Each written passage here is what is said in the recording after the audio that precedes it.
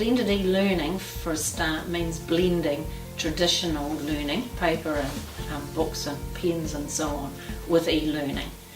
So it's trying to take the best of both, and it's been our professional development program for staff this year, so they've had every Monday morning a session looking at how to best blend e-learning tools and techniques into their normal classroom performance. You cannot have a full program that sits exclusively in one spectrum or the other. So if you've got an entirely paper-based learning classroom or environment, kids miss out on a lot of opportunities that the digital does provide.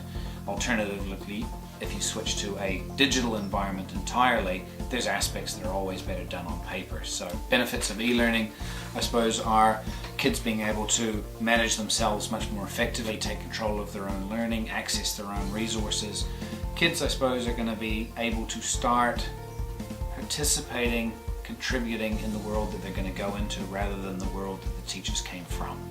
The digital learning allows in-class, at home, on the bus, anywhere, anytime type learning, and so we're no longer restricted to just within a class period with a particular teacher, and so again that has got to be positive for increasing the learning capacity of our students.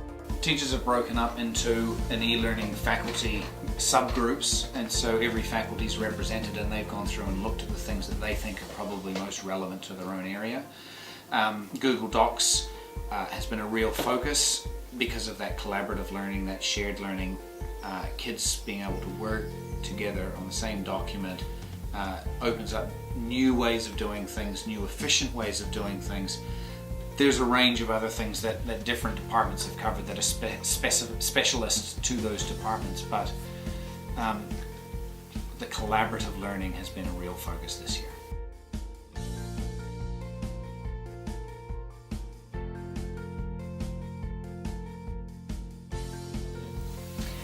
Initially they were all doing some common learning like Google Docs and Google Forms and things like that no matter what subject area you're teaching in, that you'd find useful.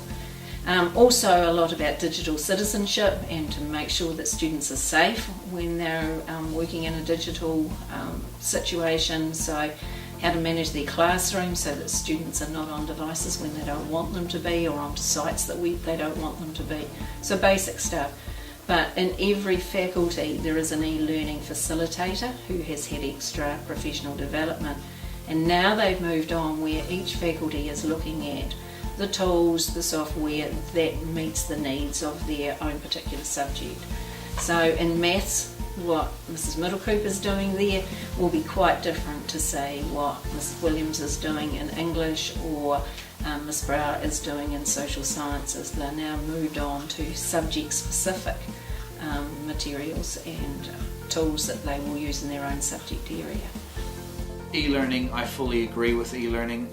It is here to stay. Computing and computers aren't going to go away.